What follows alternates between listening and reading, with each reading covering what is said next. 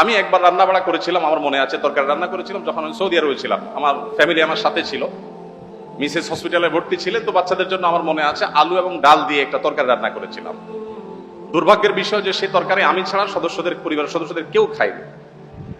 বহুত ফজিলত বর্ণনা করলাম, বহুত বোঝানোর চেষ্টা করলাম, বাচ্চারা কেউ সেটা ছুঁয়েও দেখেনি, তারা জাস্ট উপহাস করে ছেড়ে দিয়েছে। অথচ সে আলু আর ডাল রান্না করতে যে পরিমাণ কষ্ট আমার গেছে, যে পরিমাণ ঘাম আমার ঝরেছে, যে পরিমাণ পেরেশানি আমার হয়েছে, সেটা আমি বলে তাদেরকে বোঝাতে পারতাম না। তো আমরা যারা কথায় কথায় খাবারের দোষ ধরি, আমাদের নবী সাল্লাল্লাহু আলাইহি ওয়াসাল্লামের এই সুন্নাত থেকে শিক্ষা নেওয়া উচিত যে মা বোনদের, আমাদের স্ত্রীদের, মহিলাদের খাবার যদি কখনো পছন্দ হয় আমরা খেলাম, আর অপছন্দ না হলে আমি খেতে চাচ্ছি না, অপারগতা প্রকাশ করলাম, আমরা দোষ ধরবো না। প্রিয় নবী সাল্লাল্লাহু আলাইহি সাল্লামের লাইফস্টাইলের দিকে তাকালে আমরা দেখতে পাই যে তিনি যখন খাবার গ্রহণ করতেন তিনি কোনো খাদ্যের দোষ ধরতেন না। কোনো খাবার তার সামনে এলে পছন্দ হলে খেতেন, আর পছন্দ না হলে তিনি রেখে দিতেন, কখনো দোষ ধরতেন না। কানা নবী সাল্লাল্লাহু আলাইহি সাল্লাম লা ইয়াইবু তাআমা কাত্তু, নবী সাল্লাল্লাহু আলাইহি সাল্লাম কখনো কোনো খাবারের দোষ ধরতেন না। এই হাদিসের মধ্যে কত্তু একটা শব্দ এসেছে শামাইলে তিরমিজিতে। কত্তু মানে হলো কখনো, তার মানে তার জীবনে কখনো খাবারের দোষ ধরার ঘটনা ঘটেনি। আমরা অনেক মুসলমান আছি, অনেক গুণে গুণান্বিত। আমি জানি না এরকম মুসলমান আমাদের সমাজে কয়জন আছেন। আমরা এখানে যারা আছি তারা কেউ বলতে পারবো কিনা যে আমার এই ক্ষুদ্র জীবনে, ফেলে আসা জীবনে আমি কখনো কোনো খাবারের দোষ ধরি নাই, আমার ভালো লাগছে তো খাইছি, আর না হলে নাই।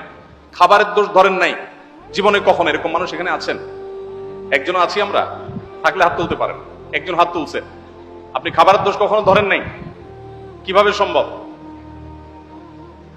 খাবারের দোষ কখনো ধরেন নাই? লবণ কম হয়েছে, এর চেয়ে ভালো হইতে পারতো, এরকম কখনো বলেন নাই? মাশাআল্লাহ, তো আপনি তো মহামানব। বসেন। দেখুন, এক এলাকায় একজন হুজুর ছিলেন। এলাকার প্রায় সব বাসায় হুজুরের দাওয়াত খাওয়া শেষ। কোন মহিলা রান্না করে ওই হুজুরকে খাবার খাইয়ে কখনো শান্তিতে থাকতে পারতো না।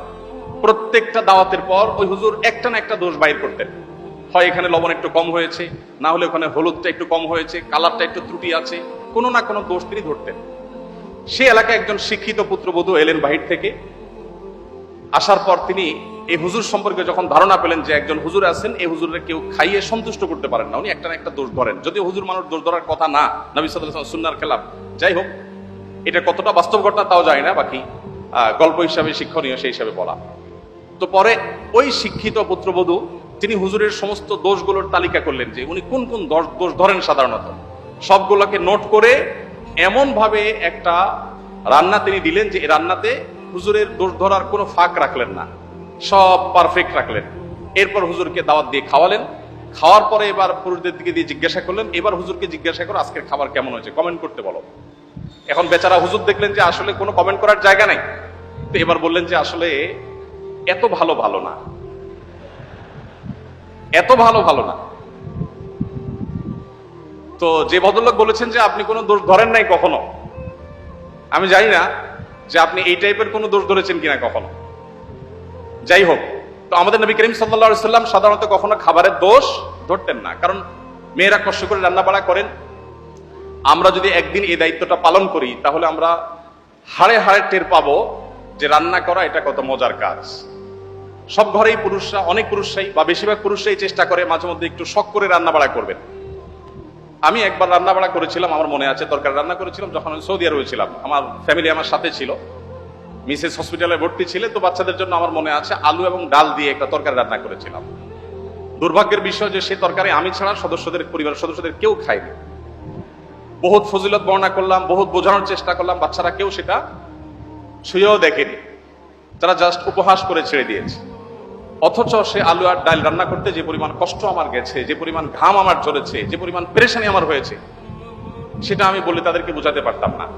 তো আমরা যারা কথায় কথায় খাবারের দোষ ধরি, আমাদের নবী সাল্লাল্লাহু আলাইহি ওয়াসাল্লামের এই সুন্নাত থেকে শিক্ষা নেওয়া উচিত যে মা বোনদের, আমাদের স্ত্রীদের, মহিলাদের খাবার যদি কখনো পছন্দ হয় আমরা খেলাম, আর অপছন্দ না হলে আমি খেতে চাচ্ছি না, অপারগতা প্রকাশ করলাম, আমরা দোষ ধরবো না।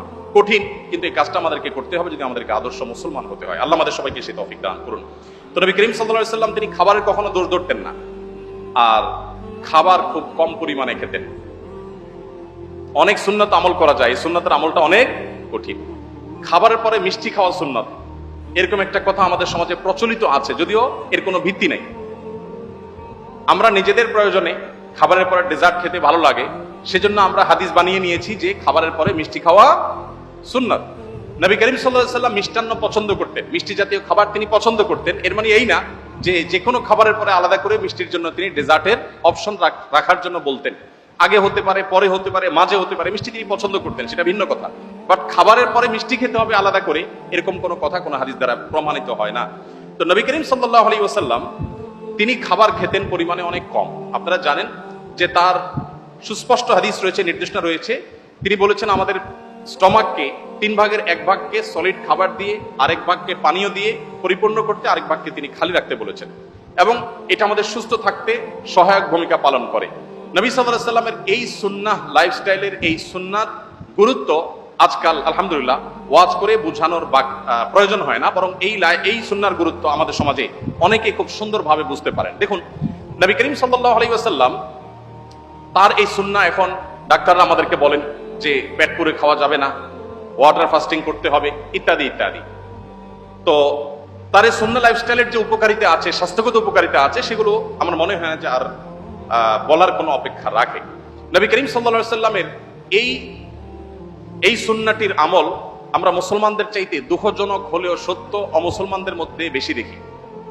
আমরা মুসলমানরা যতটা উদরপূর্ণ করে খেতে পছন্দ করি, বিশেষ করে বাংলাদেশে মানুষ আমরা যতটা উদরপূর্ণ করে খেতে পছন্দ করি, পৃথিবীর অনেক উন্নত দেশ আছে, সে দেশের মানুষরা আমাদের মতো এইভাবে গলা পর্যন্ত খেতে সাধারণত পছন্দ করে না।